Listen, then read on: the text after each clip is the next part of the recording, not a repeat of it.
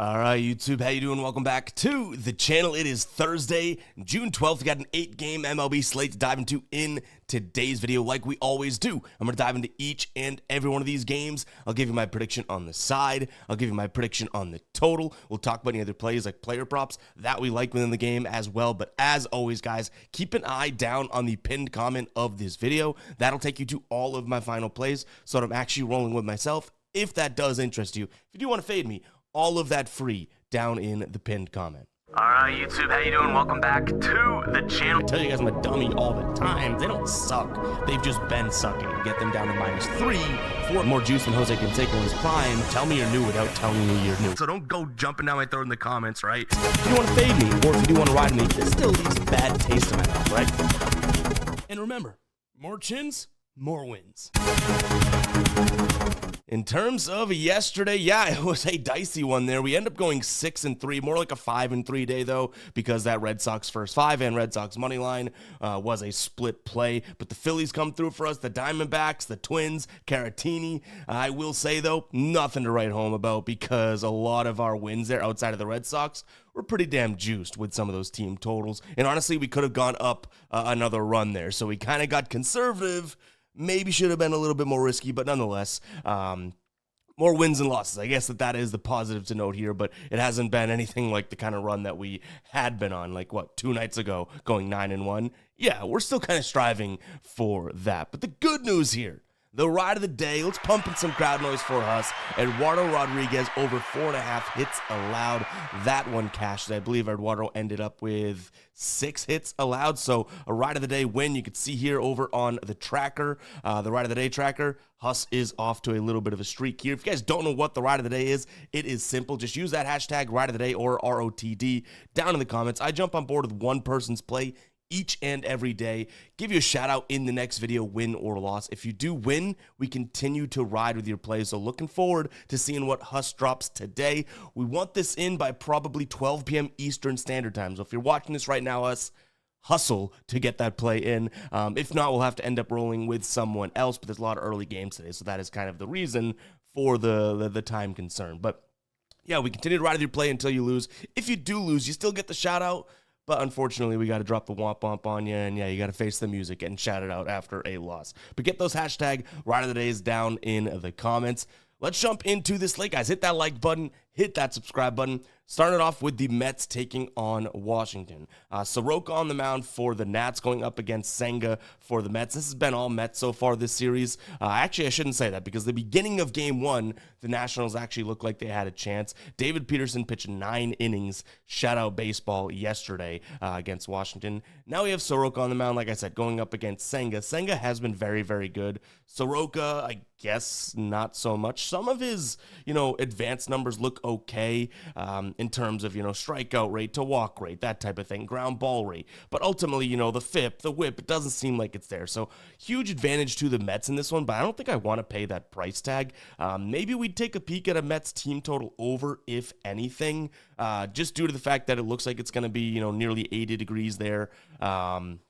I don't think we're going to have much chance of rain. 13-mile-an-hour winds blowing out. So looks like we could see some runs. It is a little interesting that total's just down at 8. You know what I mean? But ultimately, I do still think that the Mets can go out there and put up a decent and respectable number. Now, it is getaway day and that type of thing. Maybe that's going to be in their brain. But ultimately, Soroka, this Washington bullpen, give me the Mets as well as the over, but probably a team total over if I had to consider it. You just can't trust these Washington bats right now. As good as they've been just as bad at times as well. All right, next up, Minnesota taking on Texas. Ober on the mound for Minnesota going up against Patrick Corbin.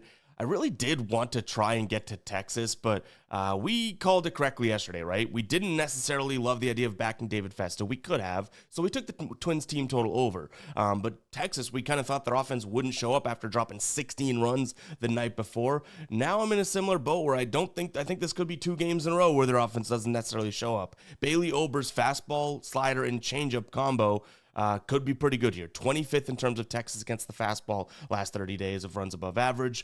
Changeup 26th, 22nd against the slider. And then the number 1 pitch coming from Patrick Corbin on the other side of things to the Twins. Twins number 1 against the sinker. in the last 30 days in terms of runs above average per 100 pitches seen. So, yeah, a little tough to back Texas here. I think the problem is that we're looking at a game in which you have, believe a decent amount of rain coming in, some wind blowing in towards home plate. It's like the lower this game is in terms of runs, Texas has the higher chance of winning because I don't think the Minnesota Twins can necessarily pull away. But still, I think that they'll be able to score when they need to. The problem is you're paying a lot of juice right now. So in terms of the price tag, looks like it's minus 148, minus 147 right now over on Novik. We'll talk about Novik in just a second. So if you get this in the minus 140s, I don't mind Minnesota. Yes, you would be looking at a game in which they might have to squeak out because of the weather, and hopefully Ober's on because he hasn't been fully on. But even him versus Corbin, I think I'm trusting Bailey Ober in a bounce back spot here. In terms of the total, yeah, the weather's going to push me in that direction. I don't mind the under 8.5. Now, I did just mention Novik, guys. If you do want to check out Novik, I'll have a link down in the description as well as the pinned comment if you're like, what the heck is Novik? It's a social sportsbook exchange in which you're playing against others out there instead of the house, meaning you're getting better odds and honestly, all the time getting better odds. For example, all of those mainstream sportsbooks that you could see having the Twins money line right now, minus 160, minus 168, minus 170. Over on Novik, minus 147. That is because another human out there put their own line at, on the other side that you can now take the Twins if you want. So it's a really, really cool app, guys. Go ahead and check it out. You'll get 50% up to, I believe, $50 in Novik free bonus cash when signing up. So go ahead and check it out. That link will be down below in the description as well as the pinned comment. It operates just the same as the books that you are normally using. You're just essentially getting better odds, better limits, that type of stuff. So go check out Novik today. Again, that link will be down in the description and the pinned comment, whichever one is easiest for you to find. Go check it out. You can also use code GUYBOSTON if you just want to go over to Novik and sign up. But let's go ahead and jump back into these games. Colorado taking on San Fran. I did really like that first 5 under yesterday, and it bit us in the face, right? Today we have Hayden Birdsong going up against Antonio Sensatella. Sensatella, I think we know what to expect out of him, and that's just for someone to go out there and throw batting practice, right? Now, we want this Giants offense to be able to do what they did in Game 1 and Game 2, which is hit on the road. Now, they're in Colorado. That helps, but they're still in Colorado here. So I expect this to be a game in which San Fran can at least put up a respectable number. I just don't know exactly, if I want to pay the price for their team total. Right now, for their team total, which, again, we're kind of looking at isolating Sensatella, not Hayden Birdsong, but you're looking at over 5.5, over 6.5. That seems a little crazy. That was the first time they did it in 10 games, which they scored 7 runs yesterday. So this is probably priced out. We'll keep an eye on it. If that drops, if we get better odds, maybe that's something that we'd consider. In terms of a full game over, though, I don't know if I'm gung-ho about that. I think Hayden Birdsong should be okay and should be able to suppress this Colorado lineup. He's going to throw a lot of sliders and a lot of fastballs. You have Colorado 30th in terms of hitting the fastball over the last 30 days, and the slider 28th. So, yeah, I don't sit here and be like, oh, well, this is going to be a spot in which, Birdsong gets hit up. No, I kind of trust him in this spot. And I do think that he has a lot of potential. I know we've seen some ups and downs out of him, but he's been pretty damn solid. So, yeah, I think Birdsong goes out there and does the job. Maybe we can even look at Birdsong to record a win. Let me see if we can find odds on that really quickly. I would be, a little hesitant because this is a sweep situation, right? Which if you guys watch every day, my weird, opposite of affiliation or affliction, whatever it is, with potentially rolling with sweeps. But let's see, to record a win for Birdsong would be plus 150. Maybe that's something worth considering because hopefully he's going to be pitching when the San Fran team kind of gets to Sensatella, which should be right away. That could be a player prop that we look at, and that's almost a end-around way of being able to get San Fran, money line in a sense. I will say, though, the sweep is making me a little hesitant. But, each and every game we got to put in a vacuum. I get it. The numbers are the numbers. The facts are the facts.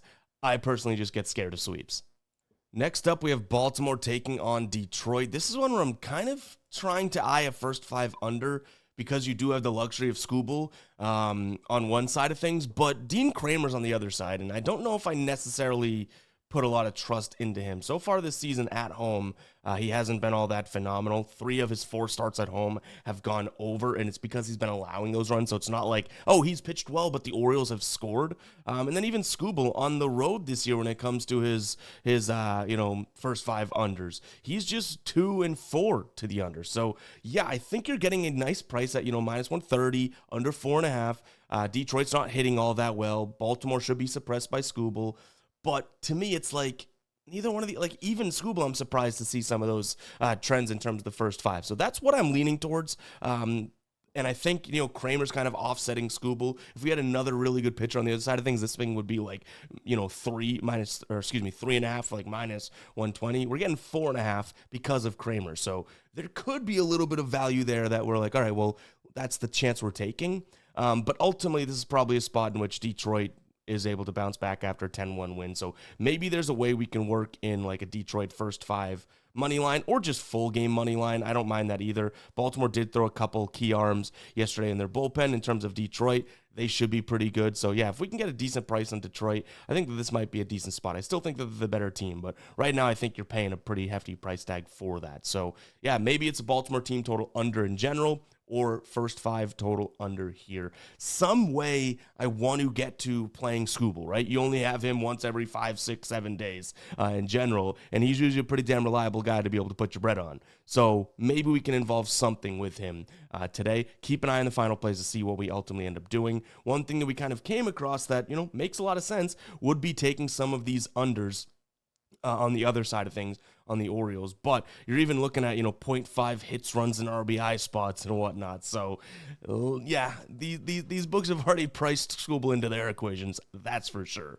But give me Detroit as well as that under, probably first 5 under, if anything, in this game. But like I said, there are some maybe beat around the bush ways that we're trying to get here, like we even talked about with Birdsong. Maybe there's a spot in which we could say, okay, well, what if he goes out there and records the win? Maybe that's something that we can target. All right, next up, Milwaukee taking on the Cards. We do have what I would consider somewhat of a pitching discrepancy here. I don't know too much about the pitcher on the Milwaukee side of things, Miso Rowski. Young kid, 23-year-old. This is going to be his MLB debut. He is going up against the St. Louis team that I guess you can't really sit here and say they've been, fantastic lately, but I would still say is, not exactly a bad offense, right? I think they scored 2 runs yesterday or 1 run or something like that. But this is now a spot in which, what did the 2 runs against Toronto? Was that maybe even 2 days ago? No, I think it was yesterday. Regardless, St. Louis's offense doesn't really seem like it's cruising. Prior to that game series against Toronto, they had a couple kind of sporadic games there against the Dodgers and whatnot. So, I would put them sort of just right above average as of right now, right?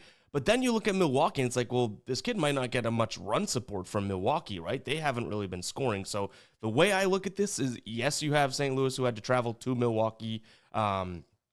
Milwaukee just getting over a homestand here, or still on a homestand. I would still say Sonny Gray versus Jacob Misorowski is a massive advantage to Sonny Gray, right? So we're going to take a peek at this. I think there's a chance we pull the trigger on St. Louis. They're only like minus 120 right now, so I think with that starting pitching advantage, makes sense to me. In terms of the bullpen, St. Louis should be good to go. I believe Milwaukee's good to go as well, so neither one of these bullpens is all that phenomenal, but even still, I'd rather, a non-taxed bullpen in St. Louis if we go with that full game money line. So yeah, simply put, I'm going to trust the veteran pitcher over the pitcher that I don't know too much about. Maybe that's a dumb thing to do, but it's probably what we're going to end up rolling with here. So give me the Cards here on the money line. Maybe even a consideration for the first 5 under, because maybe this kid is very, very good, right? But I think Sonny Gray is going to deal some business here against Milwaukee. So give me the Cards as well as an under in this spot, trusting that line, right? But also, Cardinals' first 5 could be a potential play as well. Then you're just isolating a 23-year-old against a veteran, Sonny Gray, who is like 7-1 this season. KC taking on the Yanks on the mound today. Let's see, we lost our footing here. I believe it was Will Warren against Seth Lugo. I do think that Will Warren is starting to come back down to earth. Is that too tough to say after 2 starts? Because we've almost been not waiting. I don't say this as a biased Red Sox fan. We've been waiting for this kid to stop pitching like an absolute gem, right? Now 2 starts in a row. I will say it was against the Dodgers, and then the Red Sox were obviously going to show up against the Yankees. So maybe this could be a good little bounce back spot for Warren. But I think Seth Lugo may be starting to find his groove. You toss out that start against Detroit, and he's actually been pretty damn good. Now, that being said, 2 of his last 5 starts, he's gone up against Chicago White Sox. He's gone up against Detroit, the Red Sox, and Tampa Bay. So him against the Yankees, this is definitely more of a test than he's had in quite some time. But his numbers against the Yanks, and when I say the Yanks, I mean the current guys that make up the roster, really aren't all that bad. 107 in terms of plate appearances against. He's got a 20% to 5% K to walk rate, an average against of 245. That's the same as an expected batting average against. Launch angle of 9.9. That's important because this Yankee squad, especially with some nice weather, is bound to at some point be able to put things over the wall, right? But maybe not with Lugo throwing a bunch of ground ball pitches. His expected WOBA 326, so I do think Lugo could pitch well today. Is it well enough to say, well, the Yankees at minus 130 doesn't have value? Like, I don't know if we get there. So I can see it if someone really wants to back Lugo today and kind of get behind them. The bullpens, I think, kind of are in a dead heat in terms of who I would really deem is the better bullpen and whatnot. I don't really have much faith in this Yankees bullpen, and both teams kind of have the same amount of taxation in terms of arms that have gone recently. So if you like the money you're getting for the Royals, I really can't argue you. I get why you're taking a peek at them plus 140, right? But for me, minus 130, it's a little cheap to get the Yankees. So ultimately, I'm leaning towards the dark side here. Give me the Yankees. And if we keep this weather up, I see no reason to take an under, even though we mentioned Lugo keeping the ball on the ground and whatnot. It's going to be like 80 degrees, wind blowing out to left field. I think we might actually, if I saw correctly earlier, maybe like 20% chance of rain. But either way, it's still going to be very hot, so I would deem it more run-inducing. But this is a ballpark, and once you hit into the gap, more runs can come home than a lot of other ballparks out there, right? So even though Lugo keeps it on the ground, we could still see some runs on the Yankees side of things. So I'll lean towards the over. But man, I really did try like hell to get to Lugo because I think there's a starting pitching advantage on the Kansas City side today, which is a massive deal, but you're still going against the Yankees. In fact, let me know in the comments what you guys kind of think of that, because I do think this could be, out of the games we've seen, one of the better times, even though we saw really good pitching from Kansas City. It's like Lugo out of Bubic and Cameron. Maybe you'd put him at the 3rd tier, but Will Warren now on the other side. I want to know what you guys think about this game, because this is definitely one where I'm split, if you couldn't tell. All right, Cubs taking on Pittsburgh. We kind of putted around the idea of a Cubs and Mets moneyline parlay, backing Senga and backing Taillon, who Jameson Taillon has been so damn good. He's going up against Andrew Heaney today, who's been also very good. So I kind of want to take a peek at a first 5 under here. My concern is that, with Wrigley, obviously you have to look at the wind, and it looks like we do have swirling winds. So if we definitely get the news that there's a decent chance of wind blowing in, I think this is something that we consider. I'd even pay a little bit of juice for it, because Heaney, I kind of trust to some degree, right? And Taillon, the way that he's been pitching, you should trust against this Pittsburgh lineup as well. So if we can get 4.5 for some decent money, I think this could be a nice little play that we end up rolling with. But like I mentioned, there is the caveat of the wind. I want to see and do a little bit more research in terms of closer to game time what that wind is doing, because as of right now, it looks like that wind is blowing in, which fits perfectly, right? But with 2 good pitchers on the mound and the Cubs, who have, they're a really good lineup. No one's saying anything against that, but they've struggled to hit lefties and fastballs. I'm wondering why we can still snag that under in the first 5, right? Do we just expect that this Cubs team is going to explode and put up a bunch of runs, kind of like they did in that game 2 of the Philly series? Not so sure. So, yeah, I think this is a good spot for a first 5 under if you can get a good price behind it. But I definitely want to kind of hash out the wind. I feel like it'd be just my luck that we're like, oh, wind's blowing in right now, early in the morning. And then by the time this game gets played at 8 o'clock at night, all of a sudden it's like, oh, the wind's changed. Now it's blowing out. But I like the Cubs, like I said, on the money line in some sort of parlay, but also that first 5 under. Guys, in terms of player props here, I know he was and probably still technically should be on the DNB graveyard, right? But Brian Reynolds under 1.5 hits, runs, and RBIs. I like the spot here. His batting average drops against righties. But what I really like is the fact that Taillon's batting average against left-handed bats, Brian Reynolds being a switch, 181. The WOBA drops 266. His ERA drops. His home run per 9 drops. And all three of the main pitches that we'll see. Fastball being the main one. Brian Reynolds doesn't hit all that well, meaning his WOBA drops. Slider drops. Curveball drops. You have to get to the fourth pitch, the cutter, which he only throws 12% of the time, before you see Reynolds have some decent numbers against it. And Reynolds hits the cutter high and inside really well. Tyon likes to keep it outside. So this could be a spot in which Brian Reynolds comes back to life for us. If you guys have been watching all year long, you know our struggles and how they have been with Reynolds. But I think we're going to pull the trigger on this one today. Especially if that wind is actually blowing in, should be a little bit more difficult for him. Guys, cue the Brian Reynolds like 2-run home run in the first inning type of thing, because that seems to happen when we do roll with him. But you know what? Not today. I'm confident. Hopefully. I would say Houston got all that one last night, 10-2 here. Sean Burke, just like I said, we just don't know what to make of him, right? Young pitcher, pretty damn good, but he'll just get hit up at times. I think he only pitched like 3 innings. In terms of this one, you do have another pitching discrepancy in terms of the two. Framber Valdez, 5-0. The team is 5-0, not him. 5-0 in his last 5 starts. His ERA over that stretch is 1.6, averaging 8 strikeouts per game. Going up against Davis Martin, who I will say has not been, abominable. In fact, Smith, Burke, Davis Martin, some of these White Sox pitchers, it's like if they weren't on the damn White Sox, they could be a solid starter. Not like an ace or anything, but a solid starter for some better teams that have some run support behind them. In this spot today, you have Valdez, who is going to throw a lot of sinkers. It's going to make up like half of his pitches, and Chicago ranked 27th against that. You flip it over to the other side of things, you're going to get the fastball, the cutter, the changeup. Fastball and changeup out of those top 3 pitches from Davis Martin. Houston should hit fairly well. Now, in terms of this, it looks like we're expecting Martin to pitch fairly well because that total of the game is only at 7.5. So I kind of want to consider a Houston team total over if we can get a good number on it. I worry that, this will move throughout the day and it's going to get even worse, but minus 160 for over 3.5. I could see it right now. I mean, it's weird. It seems like a trap. I bet by the time, even if you guys go to check this out, it could be at minus 180. But for that reason, it almost like it feels like a trap to me. So the smart thing to do and the logical thing to do, if I expect this to move 20 cents, maybe pull the trigger at minus 160, right? But I still kind of feel like, well, the fact that that's that low of a total, maybe the books are trying to tell us that Davis Martin could be throwing a decent game here. And maybe Houston does have a game in which they had 2 games before of 2-run baseball. So I'm not fully trusting this Houston team right now, but it would be that or nothing here in this spot. Let me make sure we don't have any player props in this one before we do wrap for today. We have a couple noted. I'm not sure if we get to these, but we have 4 that are kind of on the short list as of right now. Missed one. Let's see.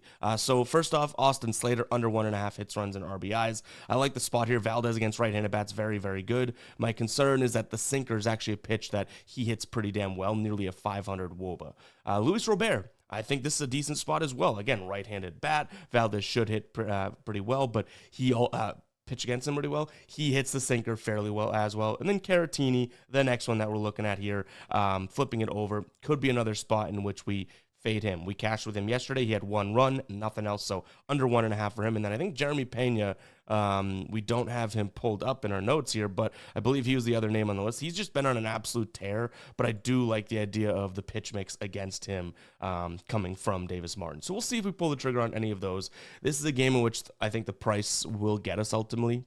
So yeah, keep an eye on the final plays. But guys, it's going to wrap it up for today's show. If you're watching this being like, man, 8 games slate, I don't really love those games and all that. Yeah, I'm probably in somewhat of a similar boat. We do have some plays that I'm looking forward to locking in, so keep an eye on the final plays. But if you're feeling like this is kind of a wonky slate, I'm right there with you. So don't be thinking like, oh man, I think I'm missing something here. No, I think this is just a weird slate. So hopefully you guys did enjoy. If you did, hit that like button, hit that subscribe button down below. Go ahead and get those hashtag ride of the days in. We'll catch you guys in the next one, all right? Peace out.